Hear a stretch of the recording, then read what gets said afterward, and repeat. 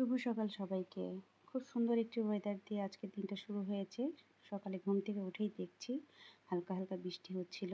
আর এই মুহূর্তে বৃষ্টি বন্ধ হলেও পরিবেশটা কিন্তু আলহামদুলিল্লাহ অনেক বেশি ঠান্ডা ছিল। খুব ভালো লাগছিল। আসসালামু আলাইকুম সবাইকে। আমার নতুন আরেকটি ভিডিও দেখার জন্য আপনাদের সবাইকে ওয়েলকাম জানাচ্ছি আমার ছোট্ট পেজ পারভীন ব্লগসে।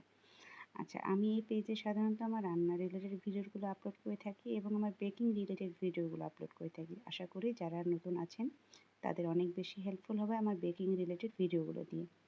আচ্ছা, কথা বলতে বলতেই আমি বলতে ভুলে গিয়েছি, আমি কিন্তু সকাল থেকে ভিডিওটা শুরু করেছি। আর এখানে সকালে আমার সকালটা শুরু হয় চা দিয়ে, তাই আমি এখানে 1 কাপ চা এবং কয়েকটি বিস্কিট নিয়ে সকালে নাস্তাটা সেরে নিয়েছি, প্রাথমিক নাস্তাটা। আর এরপরেই কিন্তু আমি আমার অন্যান্য কাজগুলো শুরু করেছিলাম। তা আপনার মতো যারা চা পাগল আছেন তারা নিশ্চয়ই আমার মতোই সকালটা শুরু করেন চা দিয়ে।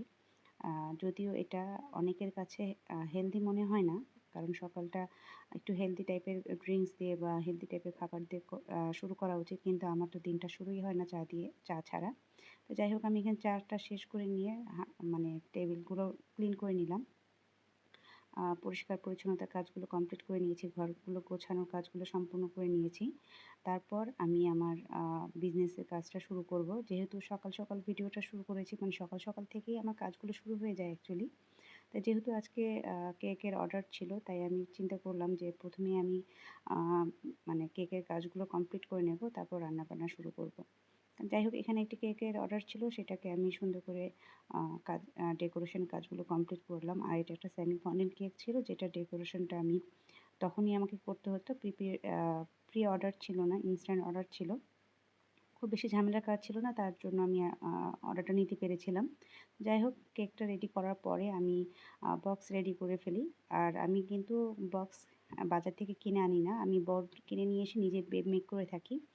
এতে আমার কাছে মনে হয় বেশি সাশ্রয়ী হয়, কারণ একটি বোর্ড থেকে প্রায় ২ টো বক্স, বড় সাইজের ২ টো বক্স তৈরি করে ফেলতে পারি। আর যেটা বাজার থেকে কিনতে গেলে আমার পুরো টাকাটাই আমার একটি বক্সের পেছনে চলে যায়।